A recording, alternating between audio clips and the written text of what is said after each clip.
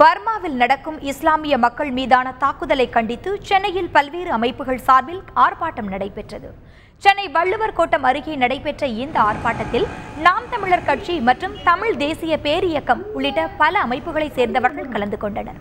அப்போது பேசிய நாம் தமிழர் கட்சி ஒருங்கிணைப்பாளர் சீமான், இலங்கையை போன்று பர்மாவிலும் இனப்படுகொலை நடப்பதாக குற்றம் சாட்டினார். அதனை மத்திய அரசு தட்டி கேட்க வேண்டும் என்றும் சீமான் கேட்டுக்கொண்டார். இலங்கையில் எமது இன மக்களை படுகொலை செய்து அழித்தது போல பௌத்த தீவிரவாதம் இப்போது பர்மாவில் அப்பாவி இஸ்லாமிய மக்களை அழித்து ஒழிக்கிறது. பன்னாட்டு சமூகம் இது பார்த்தும் பார்க்காம இருக்குது. நாங்கள் அப்படி இருக்க முடியாது. ஏன்னா இந்த வழியை சுமந்தவர்கள் நாங்கள். இது மாதிரி எமது இனம் கொன்றொழிக்கப்படும் போது கத்தியவர்கள், கதறியவர்கள், இன்னும் அந்த காயமும் வேதனையும் வடியாது நிற்கிற ஒரு இனத்தின் பிள்ளைகள் எங்களைப் போலவே அழித்து ஒழிக்கப்படுகிற இன்னொரு இன மக்களின் துயரத்திற்கு அவர்களுக்கு துணை நிற்பது எங்களது கடமை. அந்த வழியில் இன்றைக்கு இந்திய பேரரசுக்கும் உலக நாடுகளுக்கும் இந்த ஆர்ப்பாட்டத்தின் மூலம் வலியுறுத்தணும். உடனடியாக தலையிட்டு பர்மாவில் நடக்கிற அந்த இஸ்லாமிய படுகொலையை தடுத்து நிறுத்தணுங்கிறது இந்த கண்டன ஆர்ப்பாட்டத்தின் மூலம் நாங்கள் வெளிப்படுத்துகிறோம்.